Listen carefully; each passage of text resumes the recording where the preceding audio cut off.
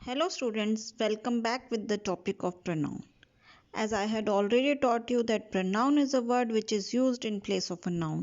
जैसे कि मैं आपको पहले से ही पढ़ा चुकी हूँ कि संज्ञा के स्थान पर इस्तेमाल होने वाले शब्दों को सर्वनाम कहते हैं.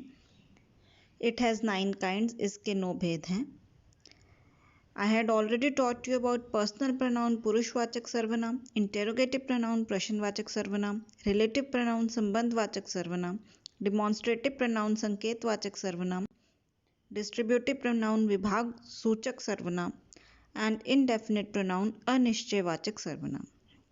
So in today's lecture, I will teach you about reflexive pronoun निजवाचक सर्वनाम and emphatic pronoun दृढ़ता सूचक सर्वनाम.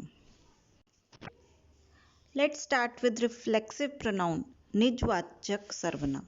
When the action done by the subject turns back or reflects upon the subject, then it is called reflexive pronoun. जिस सर्वनाम से काम का प्रभाव सब्जेक्ट अथवा कर्ता पर पड़ता है, अन्य किसी पर नहीं, उसे निजवाचक सर्वनाम रिफ्लेक्सिव प्रोनाउन कहते हैं. For example, myself, himself, herself, yourself, themselves, ourselves etcetera. My, him, her, it और वन के साथ हम सेल्फ लगा सकते हैं, परंतु अवर और देम के साथ हमेशा सेल्व्स लगता है. यदि योर का प्रयोग एक व्यक्ति के लिए किया जाए तो उसके साथ सेल्फ लगता है, तथा यदि योर का प्रयोग एक से अधिक व्यक्तियों के लिए किया जाए तो उसके साथ सेल्व्स लगता है. Let's use reflexive pronoun in a few sentences.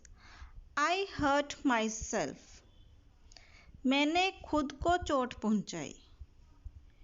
Mamata deceived herself. ममता ने खुद को धोखा दिया. We did ourselves. हमने खुद को छिपाया. He was sitting there by himself. वह खुद वहाँ बैठा था.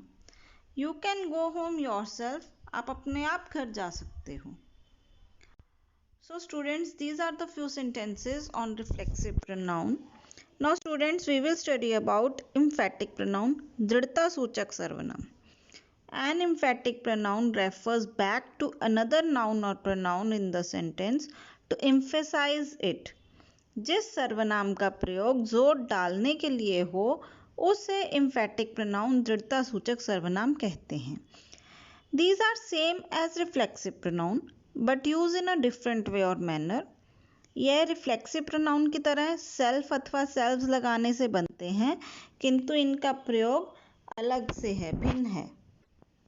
For example, myself, himself, herself, yourself, themselves, ourselves etcetera. Let us understand with a few examples. I myself will go there. मैं स्वयं वहाँ जाऊँगा. वहाँ पर जोर डाला जा रहा है खुद पर कि मैं खुद वहाँ जाऊँगा. You yourself can do it. तुम खुद भी ऐसा कर सकते हो. तुम खुद कर सकते हो. तो यहाँ पे तुम पे जोर डालने के लिए योरसेल्फ साथ ही लगाया गया है. He himself saw it. उसने खुद उसे देखा. उसने खुद से देखा मतलब स्वयं देखा. जोर डाला जा रहा है. They themselves heard the noise. उन्होंने खुद शोर सुना. So reflexive pronoun is always away from subject, whereas emphatic pronoun is just after the subject. Reflexive pronoun को subject से दूर, परंतु emphatic pronoun को subject के पास रखा जाता है. For example, I will show with a single sentence. She enjoyed herself during the holidays. यहाँ पे herself को she से दूर वर्ब के बाद लगाया गया है, तो ये हो गया reflexive pronoun. He himself killed the lion. यहाँ पे ही के तुरंत बाद हिमसेल्फ लगाया गया है, तो ये हो गया एम्फेटिक प्रोनाउन.